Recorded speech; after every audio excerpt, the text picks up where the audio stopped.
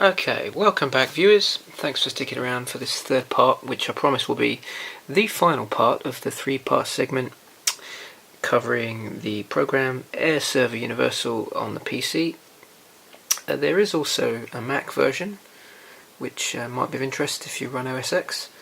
But in this last video I just want to demonstrate how you can use AirServer in conjunction with another software you have running on your PC. For instance, here I've got Kodi running, which is good for all kind of media playing duties. You can see it's running full screen and it's in focus.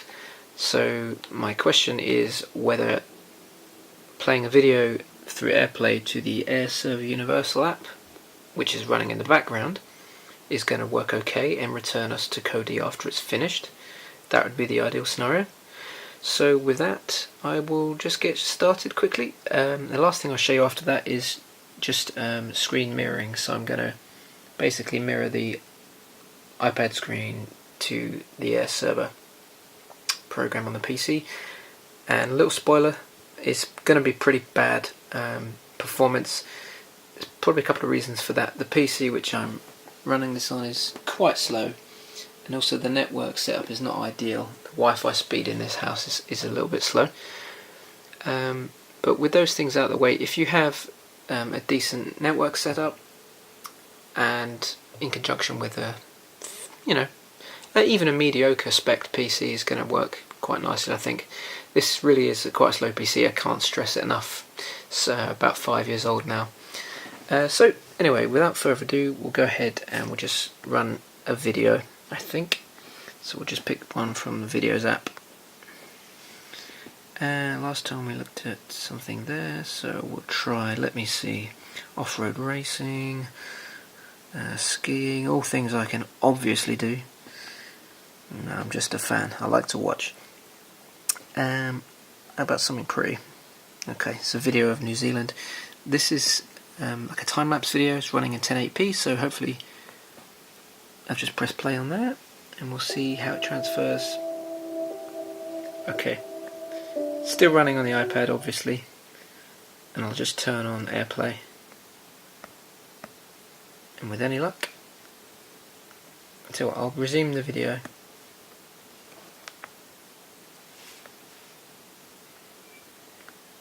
Okay, just get that started again. So New Zealand, have it play. Okay, switch on. Here we go. And voila. So basically, yeah, a little couple of hitches there as you could see at the start. I think it's probably more to do with something to do with the order at which you switch things on. It might be advisable to turn AirPlay on first on the iDevice before you attempt to stream the video. That's probably going to yield a better result. In any event, you should get your video running, and here we are. Fantastic video this. So the test was to see whether it would resume to Kodi after you finish playing the video. So to do that, I will just stop here the video and then come back up to the PC and see what happens. So I've just pressed it. Alright, we lost focus of Kodi there. That's a bit of a bummer. Maybe more ideal if it would return focus. I'm not quite sure how you could get around that, to be honest with you. Alright, moving on. So the last thing I wanted to demo was the mirroring performance. As I said earlier, a little spoiler, it will be pretty bad, but it's just to show you that it does work, and I suppose you could use it in a pinch. Again, I do believe it's to do with the spec of the PC and also the network speed.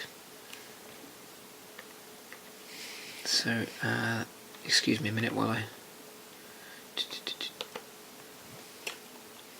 just going to close Kodi. Oh, sorry. Just closing Kodi. Okay. Switch on mirroring again. Here we go. And pretty much what you'd expect, it just mirrors the iPad screen. I'll just close out of that so we can see it. The full awesome 4:3 ratio displaying on the 16:9 screen.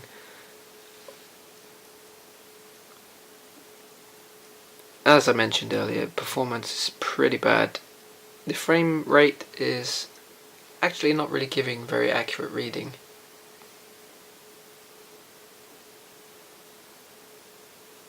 I think it probably suggests that it's set to 60 frames per second, not necessarily what you're actually getting. Again, that's something you can turn on or off in the settings of the program. So yeah, pretty poor, very laggy indeed. As I say before, it's probably to do with the Wi-Fi speed. I suppose you could use it in a pinch. Maybe if you wanted to check out some pictures or something like that, or demonstrate something from the net quickly, that's going to work. But I certainly wouldn't recommend it for streaming video playing on the iDevice over to the screen, because that's just kind of poor. I'll give you a demonstration of the lag.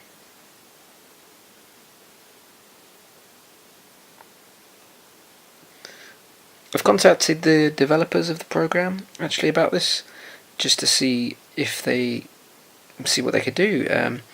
A lot of their advice was to do with tweaking Wi-Fi settings and settings on my router, but I do believe the PC has a certain role to play in terms of power and spec, because it's essentially rendering a video of your desktop, which is coming across as an H.264 video stream to the PC.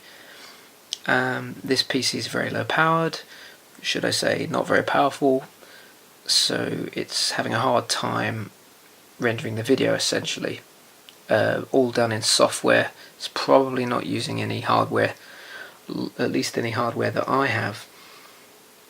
Even though I do have a dedicated GPU, you might find that it needs certain GPUs. I don't know.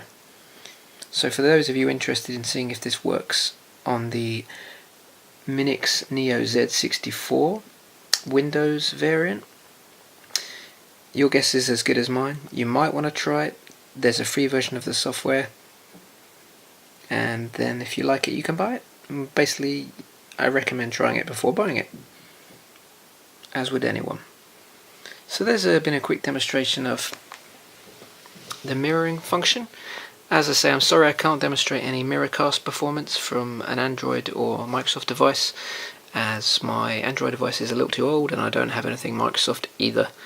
Thanks for sticking around, and I hope it's been of some help. And thanks for watching, and see you later.